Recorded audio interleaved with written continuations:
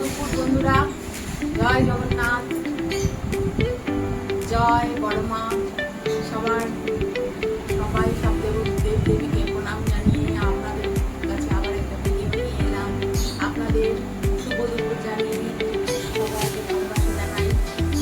এবং আজকের মেনু আপনাদের সামনে নিয়ে এসেছি গরম ভাত,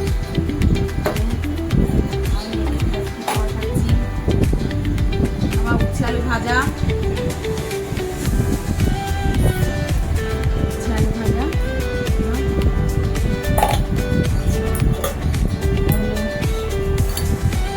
শাক ভাজা, কি শাক বলতো, ডাটা শাক আছে না, ডাটা শাক,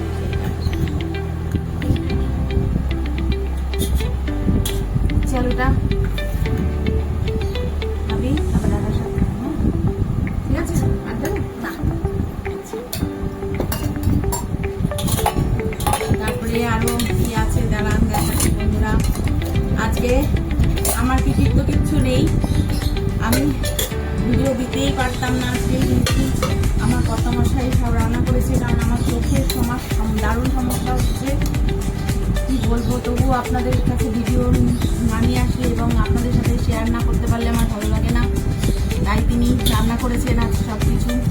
এটা লাউ চিংড়ি, হ্যাঁ এটা লাউ চিংড়ি, সবাই কিন্তু খুব ভালোবাসো। হ্যাঁ, চিংড়ি মাছ দিই, এই চিংড়ি, লাউ চিংড়ি তো দারুণ ভালোবাসে। আচ্ছা, এবারে আর কি আছে বলতো, তারা দেখাচ্ছি। হাত দিয়েছিস, আরেকবার দিয়ে দিয়েছিস। আচ্ছা,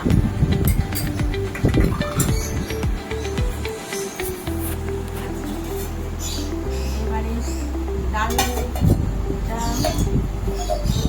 আজকে ডাল করিনি না?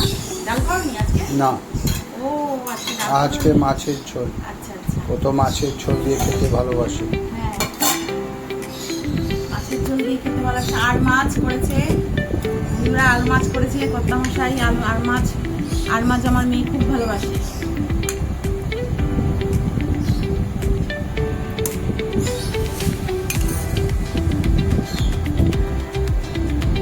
আর মাছের ঝোল, আর মাছটা একটুখানি সামান্যতম ওই কি করে করেছে বলো, জিরে, ও একেবারে প্লেন একদম গরম মশলা একটু গরম দিয়ে, জিরে গুঁড়ো আর একদম কাশ্মীরি লঙ্কার গুঁড়ো দিয়ে একদম লাস্টে ঘি গরম মশলা দিয়ে করেছে। নাও বাবা। আচ্ছা, আরেকটা জিনিস আছে, আরেকটা জিনিস কি বলতো বাবা, নাও বাবা, একটু লেবুই দিনি। বাবাই শুরু করো, বাবাই শুরু করো। তোমার আবার কম্পিউটার ক্লাস আছে। কম্পিউটার ক্লাস আছে বন্ধুরা। আজকে আপনাদের সাথে বলেছিলাম, এটা হলো একটু দিয়ে নিই, আপনাদের বলে দিই কি মেনুটা। এটা হলো ডাটা শাক চিংড়ি মাছ দিয়ে। এই গরমে চিংড়ি খাওয়া ভালো না জানি, কিন্তু এই ডাটা শাক দিয়ে আমার চিংড়ি মাছ দিয়ে দারুণ লাগে। একটু কাঁঠালের বীজ পেলে ভালো হতো, কিন্তু কাঁঠালের বীজ পাইনি। কাঁঠালের বীজ দিই, এই কাঁঠালের বীজ দিয়ে, মানে কাঁঠালের আঠি দিয়ে, যাই হোক আপনারা কি বলেন। এবার আঠি দিয়ে এই শাক দিয়ে মানে কাটোয়ার ডাটা আর কুমড়ো আলু এই দিয়ে একটা ঝোল হয়েছে। আর চাটনি আছে, চাটনিটা এটা কালকে চাটনি তো, এটা ছিল চাটনি, আর রোজ করা যায় না, তাও এতগুলো করেছে যে এইটাই অনেক। যদিও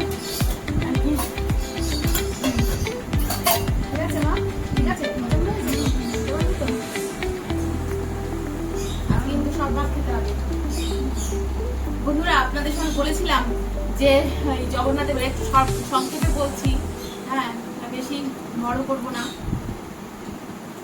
জগন্নাথ দেবকে দর্শন করতে যখন মন্দিরে ঢুকছি একবার, তখন দর্শন করতে গিয়ে একজন বলছে যে দর্শন তো হবে না, এখন তো মন্দির বন্ধ। তখন আমরা দুপুরের দিকেই গেছিলাম, তারপরে মন্দির বন্ধ, শুনে খুব মনটা খারাপ হয়ে গেল। ও মা, ভিতরে গিয়ে দেখি কি ভিড়, কি লাইট, কি খবর দেয় ওরা কি জানে। এবারে কি লাইনে, যদি এত লাইনে তো আমি দেখতে পারবো না, আমার অতক্ষণ দাঁড়িয়ে থাকতে পারবো না বলে সেই মনটা খারাপ করে বসে আছি।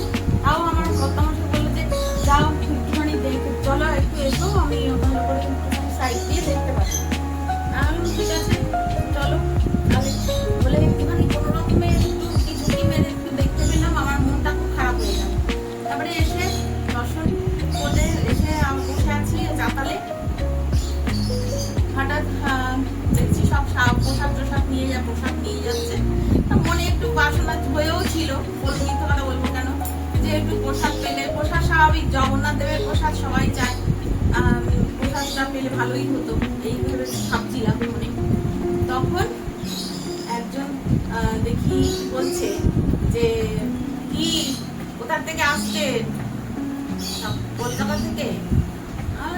কলকাতা, হ্যাঁ কলকাতা থেকে। কোথায়? দমদম। আমি অবাক কাণ্ড, দমদম মানে আপনি বুঝলেন কি করে দমদম? তখন বলছে এই তো দেখে বুঝলাম, কি জানি কি হলো, মনে হলো যে দমদম থেকেই আসতে পারে। তারপরে উনি নাকি দমদমে অনেক এসেছেন অনেকবার এইভাবে, তারপরে জেনে আর কি দমদমটা। যাই হোক, এইভাবে আলাপ পরিচয় হলো। আলাপ পরিচয় হওয়ার পরে তারপরে উনি বললেন প্রসাদ পেয়েছেন? না, আমরা তো প্রসাদ পাইনি, আজকে আমরা পুজো দেওয়া হয়নি, দর্শনটাই কোনো রকমে পেলাম, তা কোনো রকমে দর্শন করে এসে বসেছি শুধু। আমার কথা তখন গেছে যে প্রসাদ যদি কিছু পাওয়া যায় নাকি কোনোভাবে। তারপরে উনি বললেন যে দাঁড়া না বসুন, বলে একটা প্রসাদ এনে দিলেন আমাকে, খুব সুন্দর, মানে সে স্বাদ অপূর্ব স্বাদ। একটা 56 ভোগের, জগন্নাথ দেবের 56 ভোগ, এবারে তার মধ্যে যে কোন প্রসাদটা আমি ঠিক বোঝাতে পারবো না, ওটা মালপোয়া, একটা মালপোয়া ছিল, আর একটা ওই সরের টাইপের কিছু দিয়ে একটা কিছু করেছিল না? হ্যাঁ, তুমি বলো না, একটু শেয়ার করো। বন্ধুদের সাথে ভালো লাগে না আমার এইসব গল্প, এইসব করতে, আমার মানে অনুভূতিগুলো শেয়ার করতে খুব ভালো লাগে বন্ধুরা।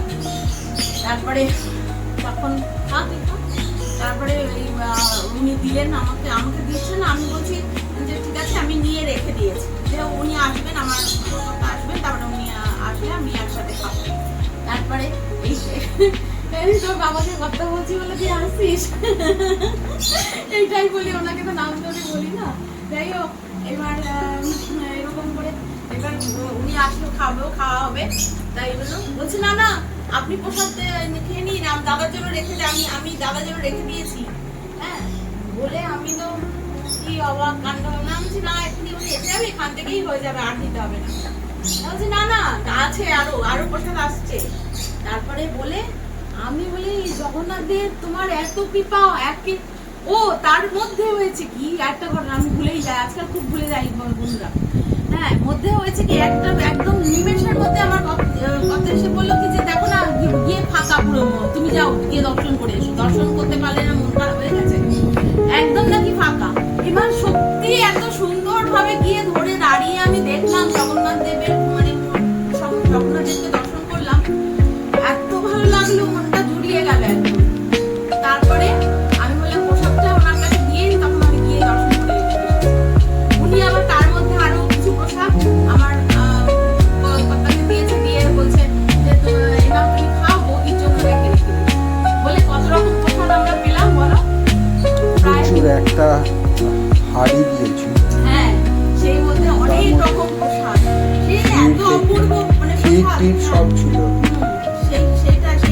সেই ওনার নাম হলো জগন্নাথ, ওনার নাম জগন্নাথ না, ডাক নাম না, আপনারা হয়তো জানেন, অনেকে ওখানে ওনার দেখেছেন। ওনার ওর সাথে আরেকটা কাণ্ড আরেকবার হয়েছিল, তখন আমার মেয়ে একদম সবে জন্মেছে, ছোট, এটা পরের দিন বলবো। হ্যাঁ মানে তারা বাবা থাকবি,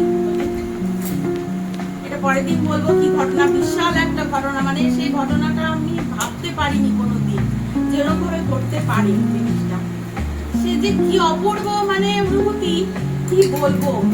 যাই হোক, ওই প্রসাদ তো সেদিনকে পেলাম আমরা ওরকম করে, জগন্নাথ দেবের ইচ্ছায় সত্যি হয়, তাকে মন থেকে যদি কেউ